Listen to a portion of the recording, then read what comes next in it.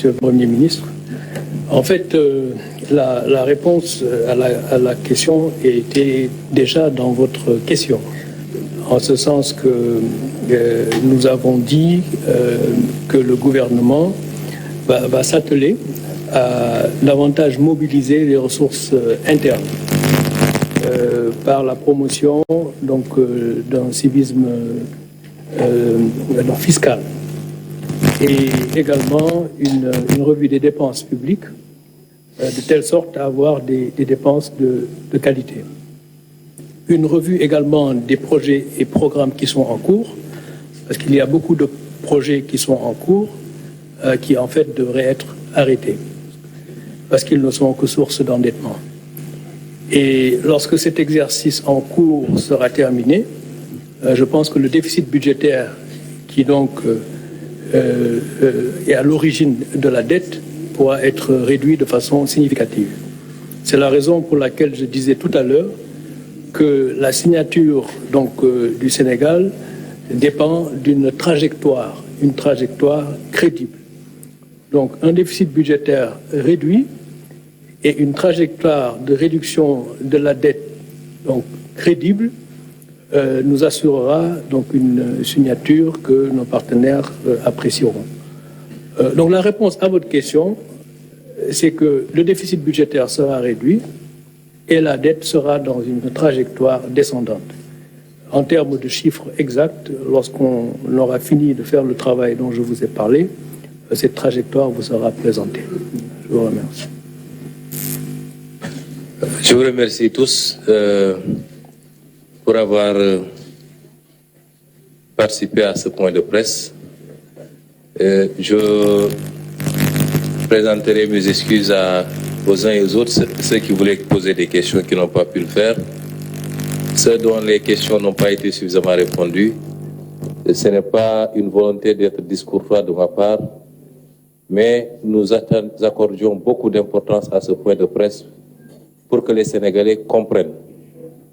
Et qu'est-ce qu'il faudrait comprendre de ce point de presse? C'est que,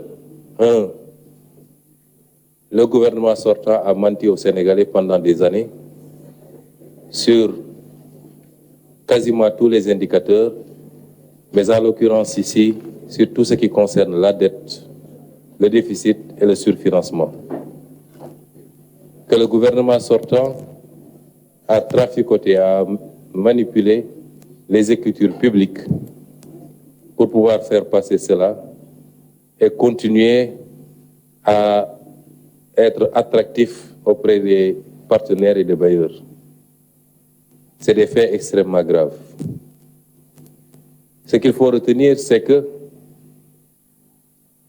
malgré tout, une bonne partie des ressources issues de ces manipulations n'a pas été orientée vers sa destination.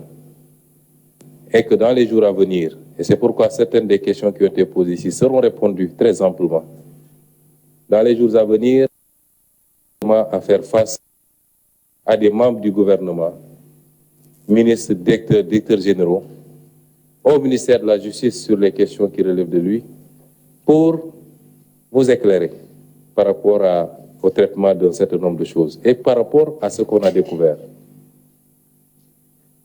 Au moment où je vous parle, il y a plusieurs dizaines d'audits qui sont en cours de la part de l'Inspection générale d'État et de la Cour des comptes, de l'Inspection des finances également, et même les audits internes qui sont lancés. Beaucoup de choses à mi-étape pour certains. Ce qui est découvert est particulièrement préoccupant. Et le moment venu, vous serez édifiés. Mais ce qu'il fallait retenir aujourd'hui, ce n'est pas ces questions-là. C'est particulièrement la situation financière et budgétaire que nous avons trouvée sur place et dont il faudra tenir compte à plusieurs titres. D'abord pour la construction du référentiel, parce qu'il faut une situation de référence. Nous étions en train de partir sur un déficit de 4,9. Nous étions en train de partir sur un taux d'endettement de 73,7. Et nous nous rendons compte que nous avons 10 de déficit et 83,7 de dette. évidemment, la conception du référentiel doit prendre en considération ces aspects-là. Il faut en tenir compte dans les efforts que nous devrions produire tous tant que nous sommes, tous les Sénégalais, pour remonter la pente. Il faudrait en tenir compte dans la nécessaire reddition des comptes, la situation des responsabilités.